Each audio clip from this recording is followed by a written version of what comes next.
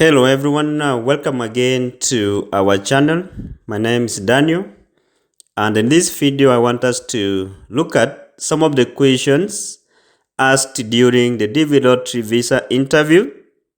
And before you go far, those ones watching us for the first time, and if you have not subscribed to our channel, please subscribe to our channel, share our videos to friends and family, and we hope they will not miss to get something out of these videos.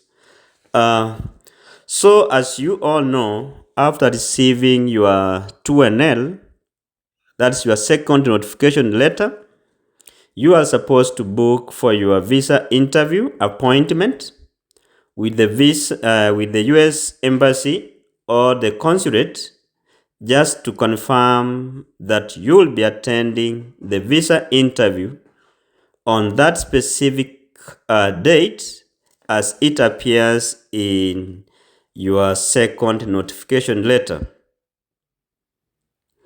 And when you are booking for the interview, remember to include all members who were in your original application, that is your spouse and all your children who were under the age of 21 years by the time you were doing DV lottery application, and who are unmarried and are ready to immigrate with you to the United States.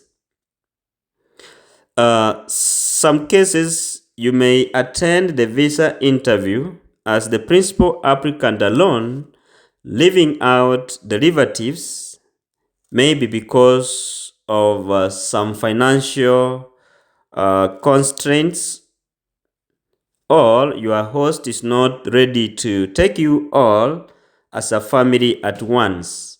So the principal applicant may decide to go for the interview and these others to attend the interview on a later date.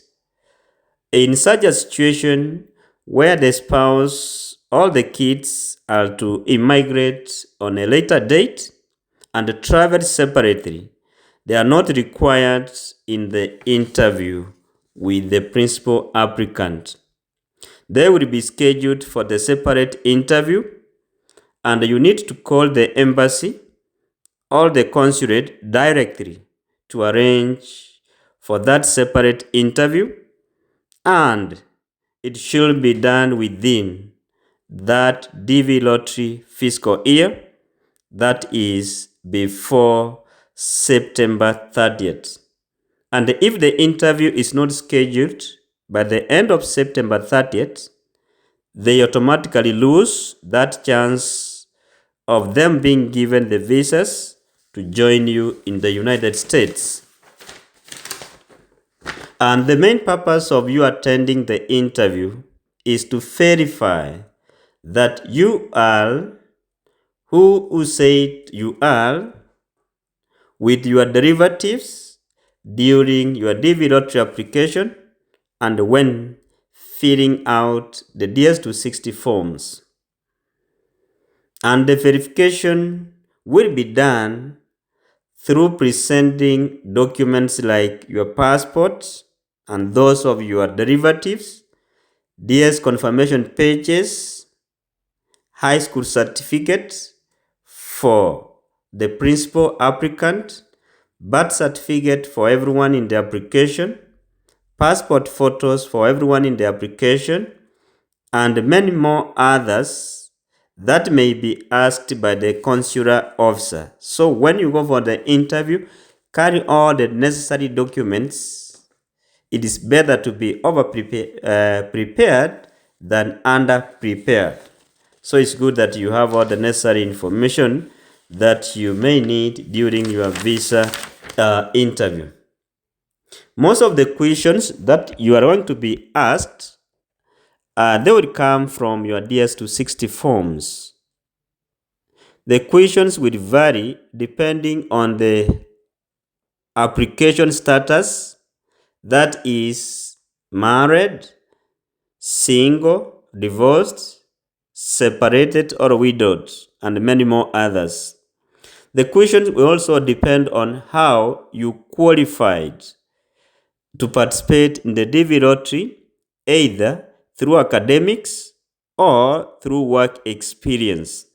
If you qualified through academics, you will be asked about your high school certificate and its accompanying documents, like a copy and the original of your high school certificate.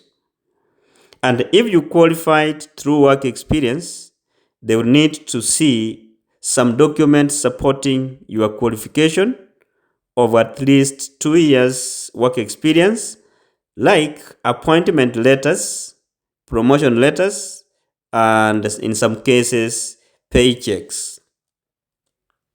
Some questions may appear to be common, general, or too specific, like you will be asked, where are you going to the United States? Here, you should know the state, the city, and the address of your host, including the host's contact phone number. What does your host do? You must know the kind of work your host does in the United States. You ask your host about it. Does your host have a family? If yes, you should know the number of kids the host has, and this one will be seen from Form I-134 that will be filled by you and your host. So the information will be there. Then the other question is, when did your host move to the United States? And under which program? So you must know the year and which program that brought that person to the United States. When did your host communicate to you last? Or when did you see your host last? So you should know that one if you can. They will not ask you to prove having strong ties with your home country because you are immigrating to the United States to live and work there permanently. So do not prepare on that. You also need to prepare on what do you plan to do when you move to the United States. Here you will answer saying that I would work, go to school, or join the military. So it's simple as that. Some other questions will be specific, as I said, depending on your marital status. If you are married, they may ask you a question like, are you married? If you say yes, or no. How many kids do you have? You must study the number. Do you have another child immigrating or not immigrating with you? So you answer that one. When were you married? In this case, you must know the date, the year, and the day, either a customary marriage or a civil marriage. Who were there during your marriage? You must have some people who attended your wedding or your marriage. So you state them. Did you go for your honeymoon? Here you say yes or no, and where. Who pays what bills and how does that person pay the bills? So you should know that one if you are married. For married couples, make sure you know the dates when all your kids were born and the names of your kids, more especially the fathers. You may be asked that question. So it's good to prepare over the same.